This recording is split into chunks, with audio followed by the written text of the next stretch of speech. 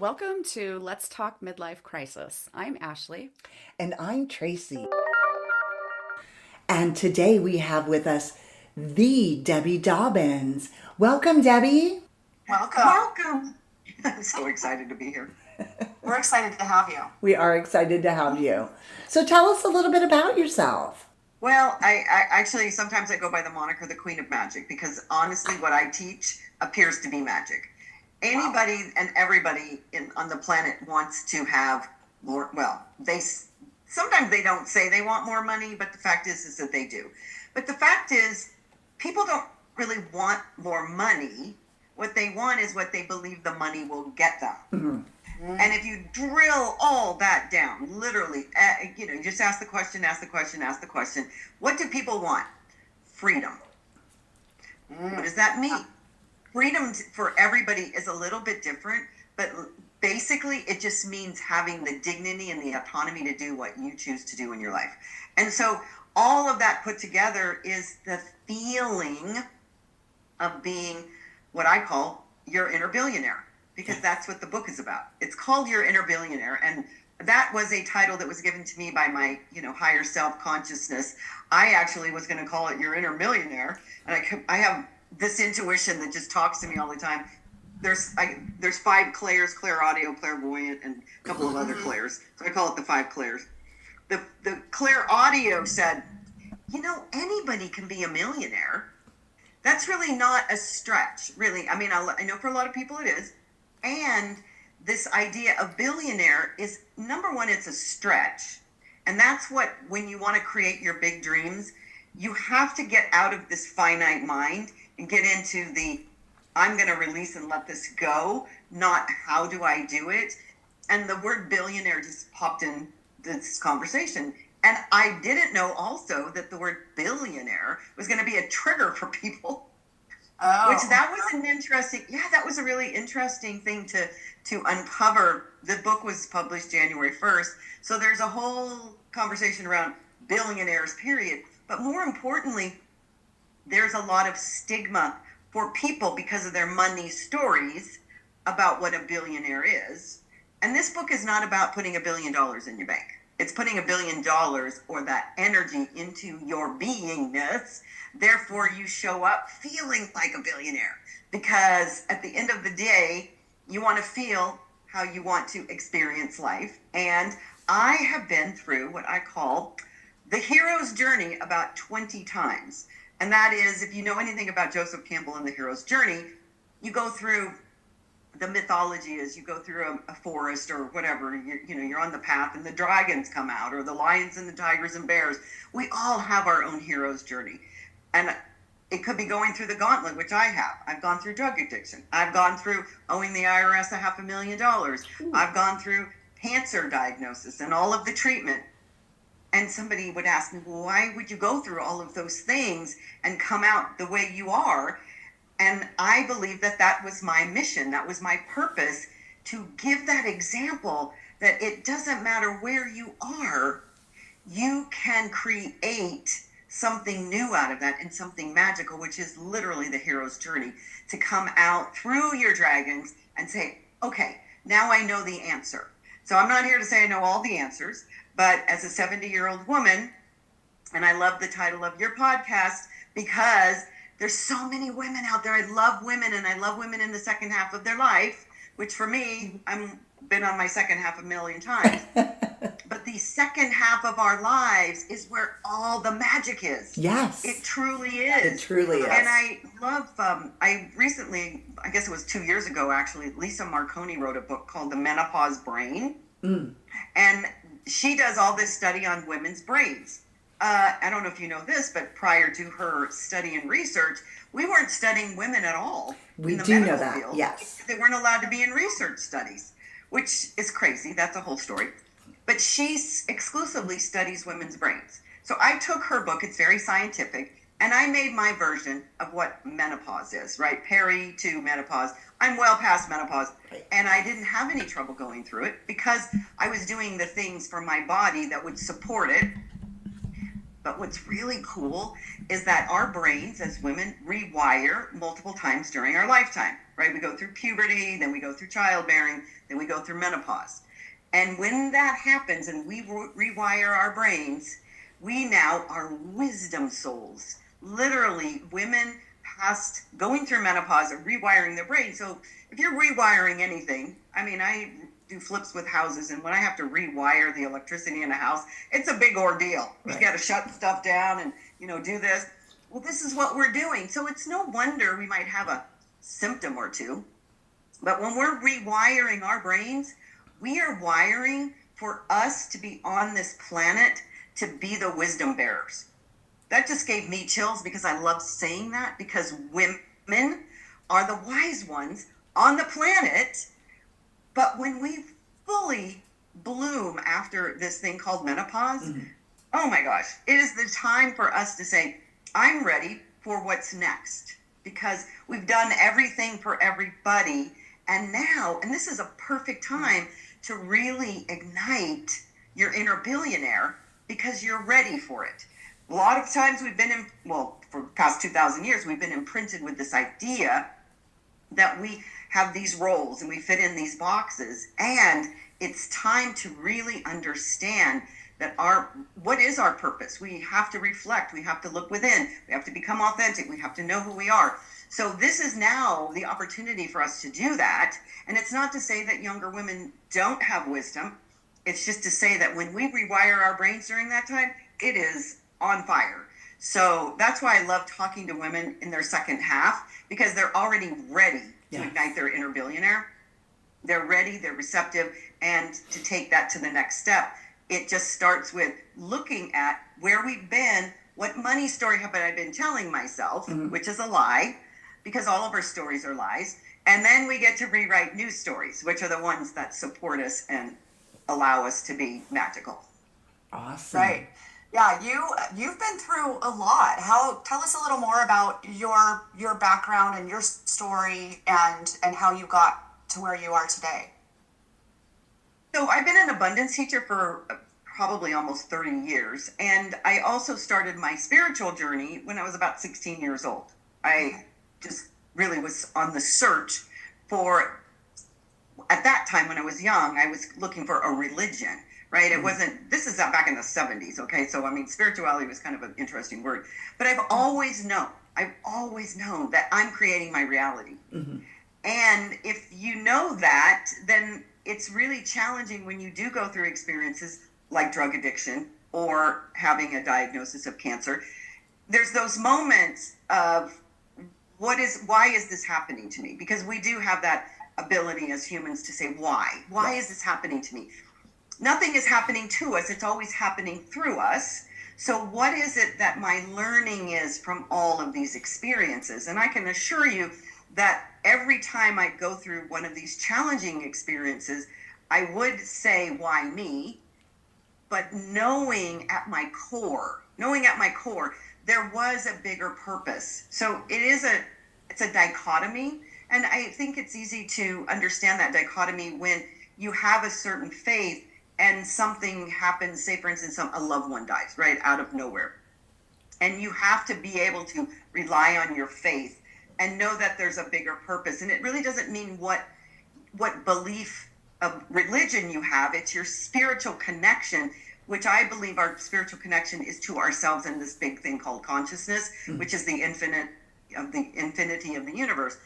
But always knowing, even when you're going through it, that everything is working in my favor, but it's also working for the favor of everything that exists. So that's a pretty big container. And so there's been some, really interesting opportunities in my life to fall into that. And I'm not saying that I did it well. I love the idea of when we're in shift and change, there is messiness. I was thinking messy. We don't accept the messiness, then we're just pushing back against it, and we'll never let the flow, right? It's all about flow and being in this river of flow. And when we get into resistance, so many phrases come onto mind. What you resist persists, right? Because it's whatever you focus on expands. So we're focusing on the resistance expands. I mean, all of these teachings are here and they've been with me my whole life. What you think about, you bring this, about. Yes. absolutely, right? But what's shifted and changed for me over these years is because women have gotten, everybody on the planet has gotten it for 2,000 years. And I call it the masculine playbook. Like, here's the playbook. We don't get an owner's manual when we pop out in the delivery room, which I think we should, but we get a playbook. Now, it's an unwritten playbook, but everybody's following it, right? And I followed it too.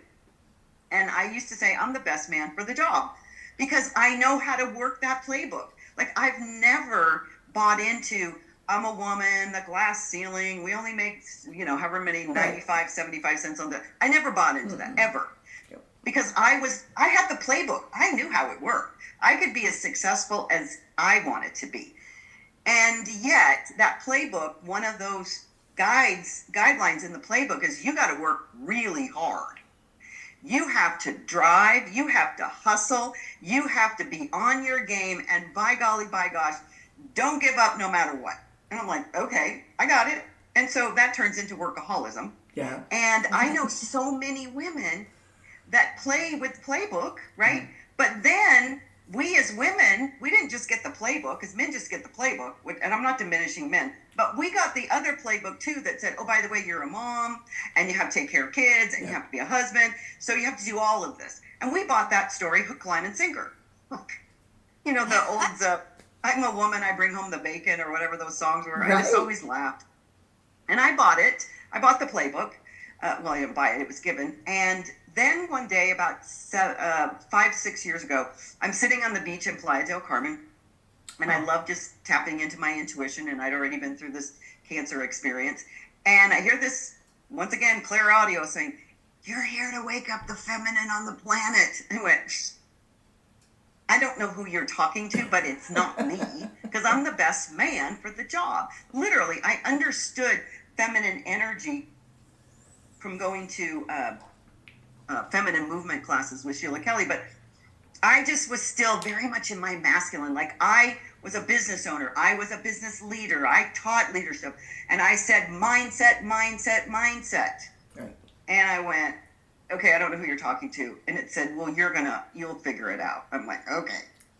And then I realized so clearly that it was about the body, because that's where feminine energy is. Feminine energy is in the body. Masculine energy is from the neck up. Oh. Doesn't mean one's wrong, one's right. Okay. And we need both. But we have to know that our feminine energy is the emotional body, which all of our emotions are stored in our body. And if we don't recognize that and realize that, then we are still trying to fix this AI that we've created up here, which this little template is. That's why I love AI so much, is because it's a direct mirror for what we do as humans. Mm-hmm. Like, I don't know where it's going ultimately, but it's fantastic. But we've trained this AI to do what we've told it based on all of the emotional downloads that we put into the body, because they all have a frequency, all the emotions, all the chemicals that we've created with our emotions. And then we train the AI. Now, they work in tandem. But we think, and it's been said so often, and this is once again a masculine playbook idea, change your thinking, change your life. I love Napoleon Hill, Think and Grow Rich, one of the great books. But here's the thing, we have to change the emotions first. Then that changes the thought process. And until we get that download, we will never have what we say we want, because we're still thinking the same thoughts, because we're still resonating with that frequency of all those emotions that say money is bad, there's not enough, I'm not good enough, all of the conversations that we've had. Because no matter how many times we try to retrain this brain up here, this AI, if we're still sending the signal up here, I'm not worthy, and I love affirmations, they crack me up, because what you do is you say, I'm so wealthy. Oh my God. It's like writing on a chalkboard 100 times, right? When you're the olden days, I'm old. Yeah. The olden days when the little boy pulled the girl's pigtails and the teacher says, okay, go write on the chalkboard 100 times. I'm not going to pull Sally's pigtails anymore, right? So he writes it 100 times. And what's the first thing that he does is he goes out and pulls Sally's pigtails, because the brain, our AI, says, liar, liar, pants on fire. There is nothing here that is up here that we can retrain without having the emotional connection and coherence, right? We have to have the heart coherence with the brain. Otherwise, the brain is just, it's a computer. It just says, okay, why, nice try, right? We're just going to keep doing the same thing over and over. So the first thing in my book is, let's uncover the money story, because the money stories are so deeply embedded in that emotional body, and they all started between the age of 1 and 8. So the first thing I do with everybody in a webinar or a seminar is take them backwards, so that you, and the book has got processes, so that you can begin to just see where you got your money story from, because it got downloaded, and then you kept repeating the practice over and over and over. So I was talking to a client the other day, and she was talking about how when we did the process, she went back in time and she saw herself at her grandparents' house, and her grandparents would, all the cousins were there, and she was the only one that got £100 and £100 note. And so, but it was a secret, right? So the grandparents said, don't tell your cousins, right? And then she would spend the money, and then her parents would find out. So you have to see, when you have a story, when you start to tease out your story, you say, oh my gosh, I do that all the time now in the present, because she's hiding, she's not receiving, it keeps flowing away from her. But all of those things are residing inside of her body, and it doesn't matter how many times she tells herself that she's worthy, her body's not believing it, because she's got those downloads. So it's really magical when you start to look at your money story. We wrote the money story because we're the writer, director, producer of our life every single minute. So if I want to see it and change it, I have to know what it is. What am I rewriting? What edits am I making? And then write the new story. Wow. That takes me back to therapy. Well, it's not really therapy. It's just observation. But yeah, absolutely. But for me, I can relate in that aspect. Yeah. I think that, like you said, you do these things as you're growing up and living, and then at some point in your life, sometimes you're like, okay, that served me then, maybe, Right. but Right. it doesn't now. It doesn't work anymore. But Right. it's all you know. So It's protecting you at the time, right? It is protecting you, because when we're little, this is what's so fabulous, is we have to begin to be in touch with our little child. I kind of got turned off by the idea of an inner child, but it's our little inside. And our little, between the ages of 1 and 8, it's all science now, was in the alpha brainwave state, which is the receptivity state. If you know anything about hypnosis, if you want to get into alpha or theta. And so when you are receiving, because as in hypnosis, you get into those states, that's why a hypnotherapist can give you a suggestion and you just automatically take it, because you bypass the gateway. The gateway is the AI. So if we know that we were in those alpha states and all this download is coming at 8 years old, how do you know what judgment you should be making, what belief you should be creating? We're just doing it on the fly. It's like, okay, every month, let's say that you're in a family and every month, your parents don't have any money, and the electric man comes and turns off the electricity, and the whole house is in chaos. The parents are fighting, the siblings are in the corner crying. I mean, it just creates all this experience. And so you download this idea that there's not enough. Right. It's downloaded. It's that emotional reaction. So that's your belief now. There's not enough. Money is bad, and all these versions of it, because everybody's version is different. And then you go out into the world, and then we have this beautiful thing called reticular vision, which is our sorting and filtering mechanism, which is also another science thing. I love science. I love science and spirituality. So our reticular vision is our gatekeeper. It's like our bouncer. This beautiful bouncer that we have that says, okay, we're not letting that in, because our reticular vision is programmed here, but then it's programmed up here. So we go out into the world looking for evidence that I'm right. There's not enough. I'm not worthy. I'm, whatever. And so we go out looking for the evidence. We don't do it consciously because it's downloaded into the AI, but we're out there looking for these pieces of evidence until we say, oh, I'm going to look for different evidence. because that's the shift. It isn't an affirmation. It's the looking for new evidence of the new story that I've written, because the reticular vision will only show us what we believe. That's it. It won't show us anything else. That whole idea of liking a car and seeing 1,800 of them as soon as you decide you like the car showing up on the road, they don't just automatically say, oh, open the gates, she needs the car, right? Funny how we do all of this. Right. So, but here's the thing is, and I talk about this in the book, what we have to do is we change it from the emotional state. So one of the things that I find interesting is the manifestation concept, the book, The Secret, all of that is, I call it baby metaphysics, right? Okay. It's baby manifestation.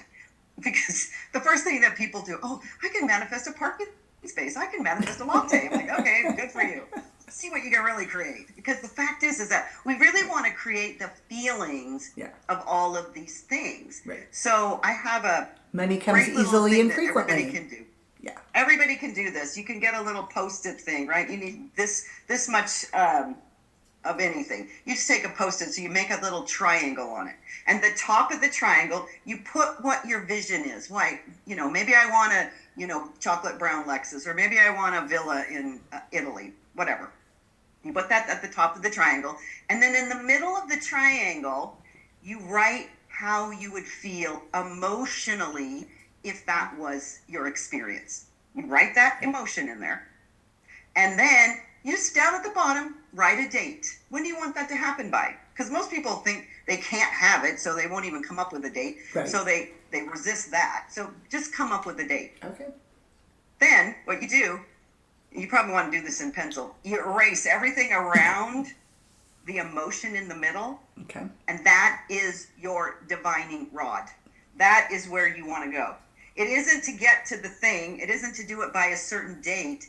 That is your defining rod, your divining rod, if you will. It's, they used to hunt for water like that. Mm-hmm. But if you wake up every single day, because these are the beautiful thing about feelings and emotions, you can create them right now, right this minute, in this very second. You'd be sitting in a chair, close your eyes and go, oh, what would that feel like? And that flood of energetic, electromagnetic energy that goes through your body because of that feeling sends this beautiful signal. It's like a beacon. It's like a radio station you just tuned into, goes out into this universe and starts reorganizing everything. Wow. For you. It conspires to do it. And then it shows up, which is the magic. That is magic. I love that. We've talked a lot about manifestation. We've actually had a lot of different things on there. I am a big believer of The Secret. I know you said it's like the baby steps, it's the very beginning. But to your point, I think it helps me, at least, train my brain and my way of thinking to, money comes easily and frequently, right? That what you think about, you bring about, whatever it is. But years ago, The Secret really related to me because I felt with all of my being that it was true, that it was, part of me that I've always known, but now they're sharing it with the world. And, I had my kids listen to it. My son, I used to play it while he was sleeping. I want to mirror back to you one thing you just said there, because I could feel your body language too. Yes, you said, I could feel that it was true. Yes. That is the key. Yes. That is the secret. Yes. That is the real secret. Yeah. I can feel it. It's about, because if you can feeling. feel it, Mm-hmm. not believe it up here. Mm-hmm. If you can feel it, because belief is two parts, but it starts here and goes up here. But if you can feel it, you can create it. Yes. And so when I say manifestation, it's as if I also use manifestation, and it's not as if I haven't been on all this trajectory. So this is just a little bit, what I've become more wise about. And Michael Bernard Beckwith, who's in The Secret, and he has a spiritual center in West Los Angeles.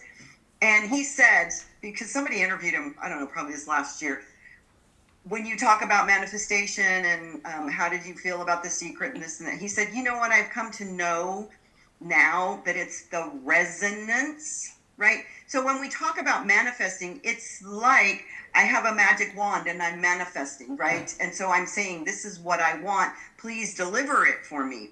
When you begin to resonate at the frequency, I'm starting to talk like Michael. He's such a preacher. You begin to resonate at the frequency. When you begin to resonate at that frequency, this is what's the beauty of it, is that we are only bringing into our experience, which we're not really bringing into, we're seeing our reality. We resonate, and then it's out pictured. So as I said, we're the writer, the director, the producer, and the projector, and our life is the screen, right? So you would go to movies when we used to have where they would shoot it up from the top. I don't know how they do it anymore, but you could see the light of the projector coming down onto the screen. That's what we're doing. Literally, we are sending energy out that comes back exactly. It is precise of what we believe in our hearts and our souls and this emotional body, not what we think we believe, because you know as well as I do, we can have a thought, oh, I believe that, life is great. And then, you walk outside and the car tire is flat. Right. Well, that blew that. But you have to know that it's such a feeling experience. And when we wake up and feel every day, before we pick up the phone and start our chaotic day, we settle in and we remember who we are. We are absolute divine expressions of the one, unique divine expressions of the one. We don't have to follow anybody else's path. We don't have to go find an influencer to tell us how we are okay. We get up and we say, who am I? Who do I show up in the world as? What are my values? How do I want to feel today? And when you set an intention like that, and you walk out into your life in that, get out of bed, start your day, you start to resonate and vibrate at that frequency. And then all of this stuff starts showing. And that's, for me, the magic is not micromanaging the universe, right, where I say, this is what I want. This is how I want to feel. You show me a surprise. Because the thing is that the universe, oh my gosh, consciousness has such a better idea of what's surprising and fun and wonderful than I ever will. Because I'm still limited by this finite brain up here. So when I go, I want to feel so incredibly grateful today, then I am presented with every opportunity, and I start to look for it and expect it. I'm presented with all these opportunities. And if I say, people say, you got up on the wrong side of the bed. How many people do that? They don't literally get up on the wrong side of the bed. They just wake up and they're crabby, right, or they're angry, right, or whatever. And then they project that energy. And then we say, oh, I got up on the wrong side of the bed. And look at all these things that started going wrong. Right. Oh, well, I wonder how that happened. Did I have anything to do with it? Well, yes, you did. 100%. So, Debbie, now we're going to go ahead and put links in our show notes for our listeners to how they can order your book, which is free. It's online and it's free, to your Inner Billionaire. You also have some additional free offerings on your website as well, as far as manifestation freebie library. That is also something that you're offering for free. But our listeners can get to know you a little bit better and join your Inner Billionaire Circle. And also you provide coaching. Can you tell us just a little bit about those offerings? So I've been coaching for, 20 years now, different aspects, because I've taught leadership and all different kinds of things. But for now, the Inner Billionaire Circle is really a great place to be in a community that supports you on this journey. Because even if I were to do one-on-one coaching with somebody, it's not as effective as if you have a community that can support you, be in the mastermind bubble, if you will, right, to really find that other people are going through similar things. Even though we're not going through the exact same experience, the feelings are always the same. Yes. Like, I tried this and now I feel like I'm just being tested every day. So we talk about all of those kind of conversations, because amazingly, we're so much more alike as humans than we are different. Yeah. And when we start focusing on our similarities, it really up-levels the energetic energy that's in a room, whether it be on Zoom or someplace else. So that's a great opportunity. And then also in the Inner Billionaire Circle, you get access to all of the programs that I have created, but also am creating, because I just am creating programs all the time, because this is such a beautiful, it's such a beautiful time in the world to really tap into this consciousness, to really know that we are creators. We are co-creators with the consciousness, with the universe, with God, whatever word, because words limit us. Right. When we begin to connect with all of that, and the Bible says there's when 2 or more are gathered, when you have 2 or 3 or 4 or 12 people all having that same energetic vibration, it is just unbelievable. Right. And the things that happen to me, sometimes I'm just in awe of how these people show up. And that's why we created this podcast as well, to create a community and share with like-minded individuals, in midlife and beyond. So, gosh, thank you. And what a perfect time for women midlife. Yes. Oh my gosh, this is the perfect time. Yes. Oh, I know, it's great. And there's research that has proven that being involved in any kind of community that makes you feel welcome and you can relate, relatable. It's proven that it does, those people tend to have better health and maybe live longer and that type of thing. It's very important to connect with each other. Yeah. And, it's because of, having some addiction issues, because I'm still addicted to food, so I don't think you ever really get rid of all of them. But the idea that 12-step programs or community organizations, because people want to feel that they are going through the same struggle as somebody else. And I was on a plane going to Minneapolis last weekend, and there was a movie playing. It was a documentary, Ballet for All Kids or something. I forgot what it was called. But it was so beautiful because this woman in California created a ballet studio for children, mostly of special needs, but anybody could join. And these children have been bullied, they have been chastised, they have felt so ostracized in their, particularly children's school communities. And she brings them all together, and without exception, each and every one of them that they interviewed said this thing: I felt like I was accepted. And that is what we are all looking for. Yes. Right? When we feel like we're not accepted for whatever reason and whatever story we've told ourselves, when we move into a community that feels that unconditional love for us, that acceptance, that support, there is nothing more beautiful than that. And that is what we are as humans. We're community creatures.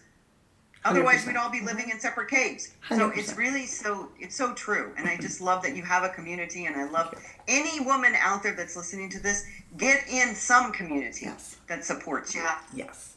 Well, thank you so much for being on our show today. We really appreciate it. And I love everything that you've said. I feel like there's so much on the table. We'd love to have you come back. And for our listeners out there, the links for everything that we've talked about will be in our show notes so that you can connect directly with Debbie if you'd like, or, utilize some of the free offerings that she has there, or a combination of both. Thank you so much. Love you. Thank you so much. Well, that wraps it up for today. Thanks for joining us on Let's Talk Midlife Crisis. We hope you got some laughs, a little inspiration, and maybe a few new ideas. If you loved today's episode, hit that subscribe button so you'll never miss an episode. And hey, share the love. Send this episode to a friend who could use a good laugh and some midlife wisdom. Connect with us on social media at Let's Talk Midlife Crisis and let us know what's on your mind. We love hearing from you.